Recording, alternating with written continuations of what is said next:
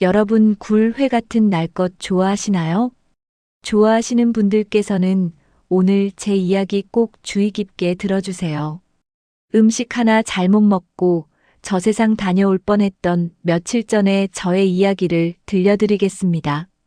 온 가족이 모여 떡국 먹으며 서로 덕담하는 설날이었어요. 큰아이 내외가 내려와서 오랜만에 온 가족이 둥글게 앉았지요. 엄마, 올해는 그냥 외식하자. 고생하지 말고. 큰아들이 그러더라고요. 세상에 그 말이 어찌나 고맙던지. 저는 명절만 되면 혼자서 사흘 전부터 전 부치고 산적 만들고 나물 무치느라 허리가 나만하질 않았거든요. 그래서 이번 설에는 음식을 조금만 하고 진짜 오랜만에 가족들 손에 이끌려 근사한 초밥집에 갔어요. 들어서니까 가게 안이 환하더라고요. 설날이라 손님이 많았지만 우리 가족만의 테이블이 따로 있었어요. 회전 초밥집이었는데 접시들이 줄지어 돌아가는 게 마치 세상에 좋은 것들이 다 내 앞을 지나가는 것 같았어요. 연어, 참치, 광어, 그리고 탱글탱글하게 보이는 굴이 제 눈에 들어왔어요. 저는 굴을 참 좋아해요. 겨울 굴은 또 각별하잖아요. 바다 향이 입안에서 터질 때, 아, 살아있구나 싶은 그 맛. 그날 굴이 들어간 초밥을 여러 개 먹었어요. 온 가족이 웃으며 떠들고 아이들 이야기 듣고 손자 녀석이 재롱 피우는 걸 보며 배부르게 먹었어요. 이게 행복이지, 뭐. 속으로 그렇게 생각했어요. 집에 돌아와서 따뜻한 차 한 잔 마시고 누웠는데 뭔가 속이 좀 이상했어요. 체했나? 더부룩한 게 명절에 많이 먹어서 그런가 싶었어요. 소화제 한 알 꺼내 먹고 배를 문질문질하며 눈을 감았죠. 자고 나면 괜찮겠지. 그게 제 마지막 평화로운 밤이었어요. 다음 날 아침이었어요. 저는 눈을 뜨자마자 뭔가 잘못됐다는 걸 직감했어요. 뱃속이 평소와 달랐어요. 꾸르륵 소리와 함께 뭔가 쏟아져 내려오는 느낌. 벌떡 일어나 화장실로 직행했어요. 첫날 설사가 시작됐어요. 이상하다 배탈인가? 그런데 그게 끝이 아니었어요. 화장실에 앉아 있는 그 순간 갑자기 목구멍에서 뭔가 치고 올라왔어요. 구토였어요. 동시에 아래로도 위로도 쏟아졌습니다. 저는 그 순간 얼마나 당황했는지 모릅니다. 65평생을 살면서 그런 경험은 처음이었어요. 도대체 이게 무슨 일이야? 그래도 처음엔 대수롭지 않게 생각했어요. 단순히 체한 거겠지. 따뜻한 걸 마시면 좀 낫겠지. 주방으로 기어가다시피 해서 꿀을 한 숟가락 넣고 따뜻한 꿀차를 한 컵 만들었어요. 홀짝홀짝 마시고 소파에 누웠어요. 5분 정도 지났을까요? 아니, 채 5분도 안 됐어요. 목구멍이 뜨거워지더니 방금 마신 꿀차가 전부 다 올라왔어요. 그것도 모자라 노랗고 초록빛이 섞인 쓴 액체가 따라 올라오더라고요. 그게 담즙이라는 걸 나중에야 알았어요. 먹은 게 아무것도 없으니까 속에 남은 게 없어서 쓸개즙까지 역류해 나온 거예요. 그렇게 한 번, 두 번, 세 번. 토하고 또 토하고 또 토하고. 세 번을 토하고 나니까 힘이 뚝 떨어졌어요. 그냥 힘이 없는 게 아니라 몸의 스위치가 꺼지는 것 같은 느낌. 그러더니 오한이 왔어요. 사시나무 떨듯 몸이 떨렸어요. 이불을 끌어당겨 덮었는데 이불 속에 있어도 추웠어요. 뼈가 시렸어요. 손발이 차갑고 입술이 파래지는 것 같고 몸이 내 것이 아닌 것 같았어요. 이러다 죽는 거 아니야? 순간 그 생각이 스쳐 지나갔어요. 웃기게 들릴 수 있어요. 저도 그렇게 생각하면서 스스로 웃었어요. 설마 굶먹고 죽겠냐 싶어서요. 근데 진짜로 그 순간은 그런 생각이 들 만큼 몸이 힘들었어요. 택시를 불러서 병원에 가야겠다. 마음을 먹고 일어나려 했어요. 그런데 다리가 후들거렸어요. 그냥 후들거리는 정도가 아니라 몸이 덜덜 떨렸어요. 1분도 서 있질 못하겠더라고요. 벽을 짚고 일어서다가 주저앉았어요.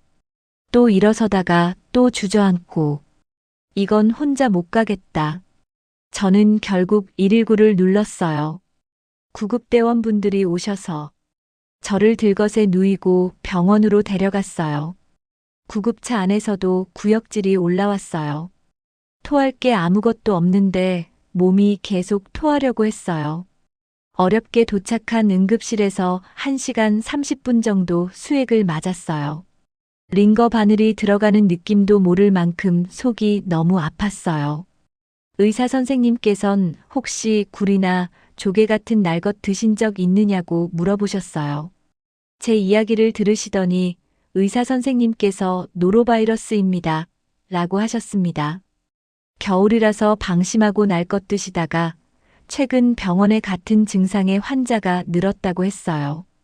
저는 생각했어요. 아, 원인은 굴이었구나. 어제 초밥집에서 먹은 굴. 그리고 며칠 전 밥하고 같이 먹은 겉절이에 들어간 굴이 떠올랐어요. 맛있게 먹었던 굴이 제 몸속에서 이렇게 된 거였어요. 수액을 다 맞고 집에 돌아왔어요. 이제 좀 나아지겠지. 라고 생각했는데 착각이었어요. 집에 들어서자마자 또 화장실로 달려갔어요. 설사가 멈추질 않았어요. 계속 토하고 설사를 하다 보니 몸이 너무 허해서 뭔가 먹어야 할 것 같아서 죽을 시켜봤어요. 배달 온 흰죽의 뚜껑을 열었는데 그 냄새를 맡는 순간 위장이 뒤집어지는 것 같았어요. 먹어야 해, 억지로라도. 숟가락을 들었어요. 입이 안 벌어졌어요. 음식이 들어오는 게 몸이 거부를 했어요. 억지로, 정말 억지로 한술 떠서 삼켰어요. 그리고는 힘이 없어 침대에 웅크리고 누웠어요. 1시간 뒤였을 거예요. 또 구토가 왔어요. 그 한술 먹은 죽까지 다 올라왔어요. 그때 저는 진짜 무서웠어요. 이 나이에 이렇게 혼자 아프다가 죽는 건가. 남편은 3년 전에 먼저 갔고 아이들은 각자 살림 차려 살고 있고 구급차를 타면서 아이들한테 전화했는데 큰아이가 내려오겠다고 했지만 괜찮다, 걱정하지 말라고 했어요. 혼자 감당하려고 했어요. 늘 그랬으니까요. 근데 정말 눈앞이 노랗게 보일 정도로 아프니까 너무 외롭게 느껴졌어요. 이불 속에서 오한에 떨면서 목이 타들어가도 물 한 모금 마시면 올라올 것 같아서 못 마시고 뼈가 시리도록 추웠어요. 그때 갑자기 제 친한 친구에게서 전화가 왔어요. 야, 너 설날에 연락이 없어서 이상하다 싶었는데 어디 아프냐? 저는 참으려 했는데 그 목소리를 듣자마자 울음이 터졌어요. 나 죽을 것 같이 아파, 정순아. 친구가 깜짝 놀라서 이것저것 물어봤어요. 증상을 말하니까 친구가 그러더라고요. 계속 구역질 날 때는 배를 따뜻하게 해봐. 무조건 배를 따뜻하게 해야 해. 집에 찜질기 같은 거 있어? 그거라도 꺼내봐. 그러고 보니 저희 집에 전기 찜질기가 있었어요. 아들이 작년 어버이날이라고 사다 준 건데 선반 위에 올려두고 한 번도 꺼내지 않았어요. 속에서 열불이 나는데 무슨 찜질기냐 싶어서 사용하지 않았거든요. 그걸 그날 꺼낸 거예요. 죽을 힘을 다해서 기어나갔어요. 무릎으로 바닥을 짚으며 마지막 온 힘을 다해 찾았어요. 선반에서 찜질기를 꺼내 플러그를 꽂고 달궈지기를 기다렸어요. 그리고 소파에 들어누워서 배 위에 올려놨어요. 따뜻했어요. 처음에는 그냥 따뜻한 정도였는데 점점 열이 배속까지 스며드는 것 같았어요. 5분, 10분 시간이 지나니까 신기하게도 그 덜덜 떨리던 오한이 잦아들기 시작했어요. 배가 따뜻해지니까 몸 전체가 조금씩 안정되는 것 같았어요. 20분쯤 지나자 물을 조금 마실 수 있을 것 같았어요. 이온 음료를 꺼내서 한 모금 마셔봤어요. 여전히 울렁거렸지만 올라오지 않았어요. 또 한 모금 마셔봤어요. 괜찮았어요. 그 작은 한 모금이 그날 밤 저한테는 기적 같았어요. 이렇게 제가 그 사흘 동안 직접 겪으면서 배운 노로바이러스에 대한 정보를 모두 알려드릴게요. 저처럼 고생하지 마시라고 드리는 이야기이니 꼭 참고하세요. 노로바이러스는 겨울철 식중독의 대표 주자예요. 특히 굴, 조개, 생선 같은 날것의 해산물에 많이 숨어 있어요. 그래서 조금 덜 익은 굴이나 조개는 아무리 신선해 보여도 위험할 수 있어요. 잠복기가 보통 12시간에서 48시간이에요. 그러니까 제가 설날에 먹은 굴이 다음날 새벽에야 증상으로 나타난 거예요. 처음엔 체했나 싶은 더부룩함이 동반될 수 있으며 그 다음엔 폭발적인 구토와 설사, 그리고 오한과 전신 무력감. 이 순서로 온다면 노로바이러스를 의심해 보셔야 해요. 가장 무서운 것은 탈수입니다. 제가 그날 가장 힘들었던 게 뭔지 아세요? 구토나 설사가 아니었어요. 미친 듯한 목마름이었어요. 물을 마시면 다 올라오고 물을 안 마시면 몸이 말라가는 그 공포. 목이 타들어가는데 아무것도 못 마시는 그 고통. 여러분, 특히 예순이 넘으셨다면 탈수에 훨씬 더 취약하다는 걸 꼭 기억하세요. 20대, 30대는 탈수가 와도 몸이 버텨요. 하지만 60대 이후는 달라요. 탈수가 오면 혈압이 뚝 떨어지고 심장에 부담이 가고 신장 기능에도 영향을 줄 수 있어요. 그래서 수분 보충이 치료의 가장 첫 번째예요. 그러면 어떻게 마셔야 하나요? 여기서 중요한 게 있어요. 물을 한 컵씩 벌컥벌컥 마시면 안 돼요. 위장이 약해져 있어서 바로 올라와요. 한 모금, 그리고 5분. 또 한 모금, 그리고 5분. 이렇게 조금씩 아주 천천히. 그리고 물보다는 이온 음료나 전해질 음료가 훨씬 좋아요. 구토와 설사를 반복하면 몸 안에 나트륨, 칼륨, 마그네슘 같은 전해질이 싹 빠져나가거든요. 물만 마시면 그걸 보충 못해요. 이온 음료가 가장 좋고 만일 집에 없다면 미지근한 보리차에 소금, 설탕을 아주 조금 넣어서 마시는 것도 방법이에요. 저처럼 이온 음료를 찬장에 하나씩 쟁여두세요. 비상용으로요. 먹으면 도움되는 음식, 피해야 할 음식도 알려드릴게요. 구토가 조금 잦아들면 그때부터 음식을 조금씩 시작해야 해요. 그런데 순서가 있어요. 첫째는 미음이 제일 좋습니다. 아무것도 넣지 않은 하얀 미음을 드세요. 쌀을 푹푹 끓여서 체에 내린 그것. 처음엔 그것부터 시작하세요.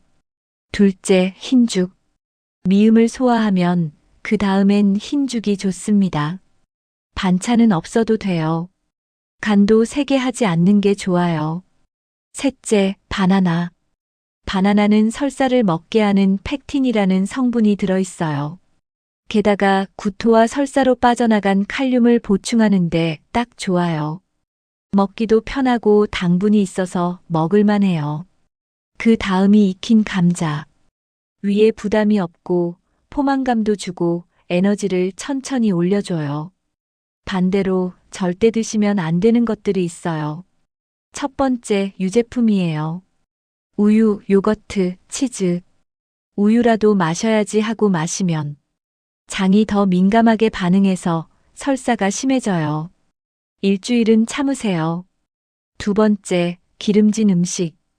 기력이 없으니까 삼계탕이라도 먹어야지. 이런 마음 이해해요. 저도 그런 생각 들었어요. 근데 기름기는 약해진 위장의 폭탄이에요. 전, 튀김, 볶음 요리 다 안 돼요. 세 번째, 커피. 커피 한 잔은 괜찮겠지. 안 돼요. 카페인은 이뇨작용을 해서 탈수를 더 빠르게 만들어요. 네 번째, 생채소와 생과일. 과일이 건강에 좋다면서요? 평소엔 맞아요.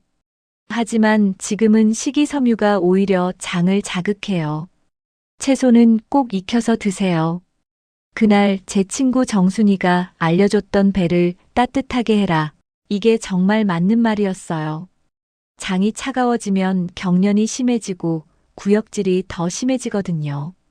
따뜻하게 해주면 장 근육이 이완되면서 오한도 줄어들고 수분을 조금씩 받아들일 수 있게 돼요. 단 주의하실 게 있어요. 너무 뜨거우면 화상을 입을 수 있어요. 찜질기는 옷 위에 올려두거나 수건으로 한 겹 감싸서 사용하세요. 직접 피부에 오래 닿지 않게요. 그리고 구토나 설사가 매우 심하거나 의식이 흐려지거나 소변이 아예 안 나온다면 그건 심각한 탈수 신호예요. 주저하지 말고 바로 응급실로 가세요. 저처럼 119 부르는 게 창피하다고 생각하지 마세요. 그게 현명한 거예요. 그리고 정말 중요한 것은 전염을 막아야 해요.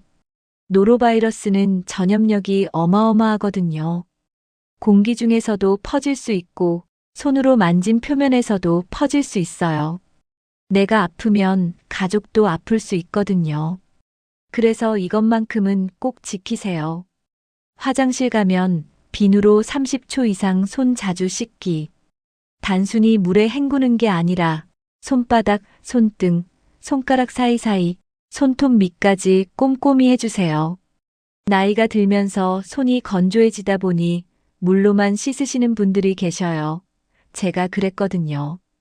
그러나 장염 진단 후에는 꼭 비누로 씻어야 해요. 다음은 수건 분리하기입니다. 내가 쓴 수건은 가족과 따로 써야 해요. 그리고 가장 중요한 변기 뚜껑 닫고 물 내리기. 변기 물을 내릴 때 뚜껑 열린 채로 내리면 바이러스가 공기 중으로 퍼질 수 있어요. 반드시 뚜껑 닫고 내리세요. 손잡이와 리모컨 소독하는 것도 중요해요. 락스를 물에 희석해서 자주 만지는 문손잡이, 리모컨, 스마트폰을 닦아두세요. 알코올 소독제도 좋아요. 저는 그날 이후로 이온 음료 2캔, 그리고 전기 찜질기를 항상 눈에 띄는 곳에 두기로 했어요. 그렇게 사흘이 지났어요. 사흘째 아침 화장실을 다녀왔는데 다행히 설사가 없었어요. 너무 감격스러웠어요. 드디어 끝난 건가 싶었습니다. 주방으로 나갔어요.